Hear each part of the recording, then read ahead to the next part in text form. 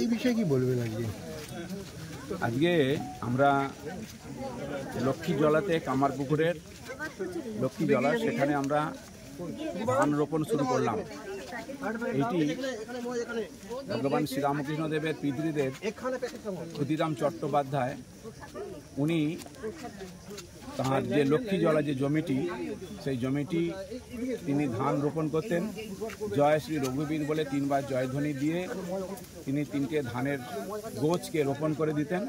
তারপর যারা জন মনীষ তারা বাকি কাজটা করতেন এবং সেখানে যা ধান উৎপাদন হতো ক্ষুদিরাম চট্টোপাধ্যায়ের সংসার পুরো চলে যেত রঘুবীরের কৃপাতে।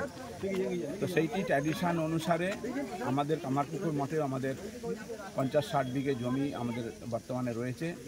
সেটা আমরা ধান চাষ এখন শুরু করা হলো। আজকে থেকেই আমরা জগন্নাথ দেবের যে রথযাত্রার দিন, আজকে এই শুভ দিনেতেই আমরা প্রতি বছরই আমরা ধান রোপণ আমরা শুরু করি।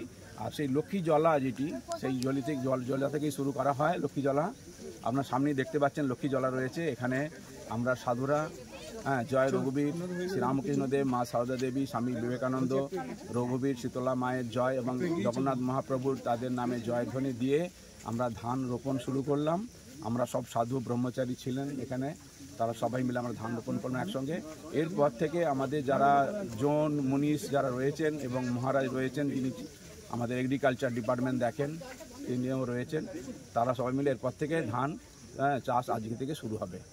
এইটাই আজকে হলো। আর এই ধান চাষ যে আমরা করছি, এই ধান চাষ আমাদের এছাড়া আমাদের কৃষি মেলা আমরা আগে করতাম, এখন আমাদের করোনার পর থেকে বন্ধ হয়ে গেছে।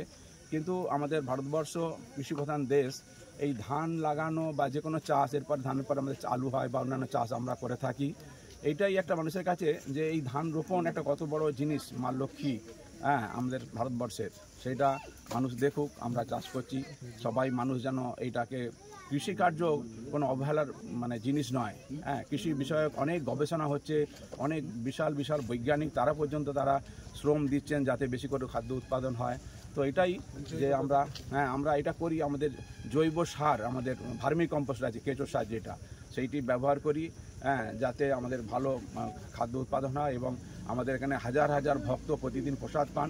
আমাদের যত জমি আছে সেখান থেকে যা উৎপাদন হয় তার থেকেই ভক্তদের প্রসাদ পাওয়ার ব্যবস্থা হয়ে যায়। তো এটাই আমরা ঠাকুর, মা, স্বামীজি, রঘুবীর এবং জগন্নাথ মহাপ্রভু তাদের শ্রীচরণে প্রার্থনা জানাই, সবাই ভালো থাকুন, শান্তিতে আনন্দে থাকুন, এটাই।